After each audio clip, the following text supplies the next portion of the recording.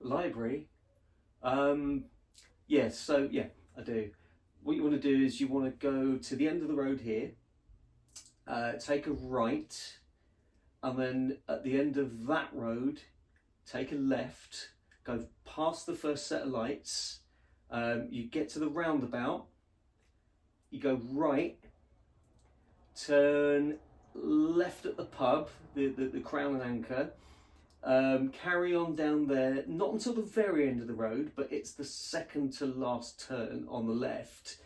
If you go there, there's another little roundabout. You want to go across the roundabout that time.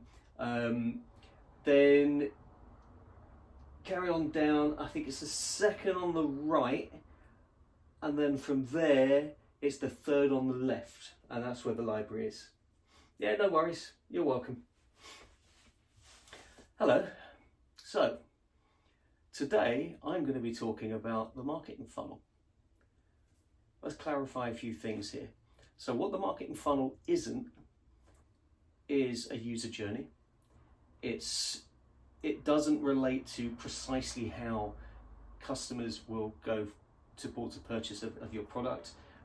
It's not an acquisition funnel as you might get in digital, looking at the different acquisition channels. And it's actually really not that representative of how people make their decisions. So there's a modified funnel which the brilliant Tom Roach has kind of developed, which is actually much more realistic about how people approach their purchases and decisions. So at the top of the funnel, you're building mental availability. In the middle of the funnel, you're kind of nudging, and then towards the bottom of the funnel, you're connecting. But what I'm going to be talking about is the marketing funnel and how we use it in order to understand where we need to focus as marketers to improve the bottom line. So it's more about propensity, or it's not even propensity towards purchase. It's more about proximity. There you go. It's a different P word, dafty. So it's proximity to purchase, really. So if we start from the basics, before anyone's going to buy you, they need to know that you exist and that know that you're a potential solution for whatever it is causing them to buy something. So we start with awareness. Then once someone's aware of you, we need to know if they're considering you as an option, because everyone has options. Okay, I've talked about loyalty in the past. Most people will have a kind of a repertoire of products or brands within a category they'll buy from. So you want to be in that consideration set. And then further down, you want to be the preference. So it's linear in this approach, and we know that purchase decisions aren't. But in terms of proximity, we have a group that are aware, we have a group that are aware and considering, we have a group that are aware, considering and preference, and we also have a whole lot that aren't. So where this is really useful is you can see against your competitive set where you're struggling. So if your awareness is low compared to your competition, then what you need to do is increase awareness, because what happens at the top of the funnel will follow its way down. So you'll increase activity at the bottom of the funnel, i.e. purchases, by fixing it wherever it needs fixing. If it's awareness, that's relatively straightforward. You just need to be out there more, maybe spending a bit more money on media. If it's consideration, if you're finding that your awareness is okay, but actually consideration is really low, then your problem there is that you're not being seen as a viable solution. So they know of you, but not really thinking that you're the right option here. So there's something about your position or your proposition that isn't ringing true at that stage. And of course, research will help us uncover exactly what those things are.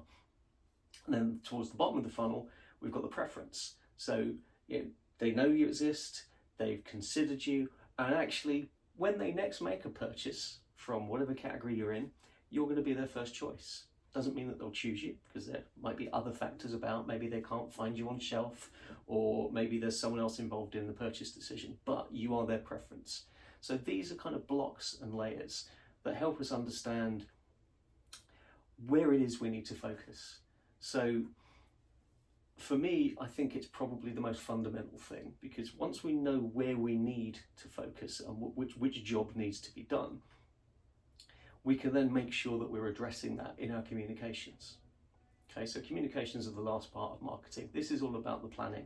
This is all about the strategy. Okay, so you would probably use this as an OKR, objective and key results. So if your objective is to grow awareness by 10%, then your key results will drop out the bottom of that. Okay, so yeah, your key results shouldn't be financial, but let's say your objective is to grow awareness and your key result is to grow by 20%. You've got an OKR there that will filter down the funnel and will affect your bottom line. So it's actually quite simple, but you have to detach it from how people actually function and don't get too granular with it. Now, Mark Ritson has kind of said, and I agree with this, that it's better to have a custom funnel for your business. You know, not everything is awareness, consideration, preference. There might be research stages. There could be different steps based on the kind of business you are and the category you're in, and that's correct. But the funnel should be as relevant for everyone else in your category as you, because if you're going to go out and do a kind of proper brand survey, you're going to want to find out everyone's funnel, because when you see it in context, you get a different story. So you might be thinking, if you've just got a funnel on your own performance, your own brand's performance, that you've got a problem in a particular area. But once you overlay with the rest of the competitive set and with the kind of category norms, you might see that actually you're outperforming in the area that looks poor and you're underperforming in the area that standalone looks strong.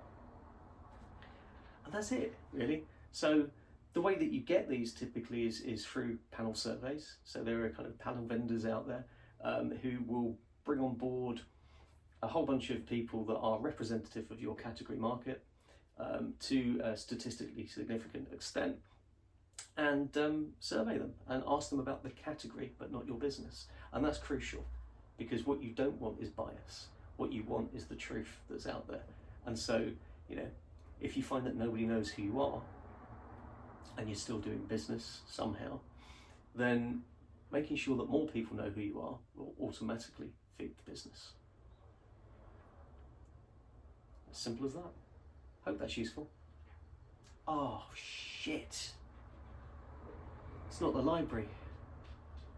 Oh, I sent him to the massage parlour. Oh.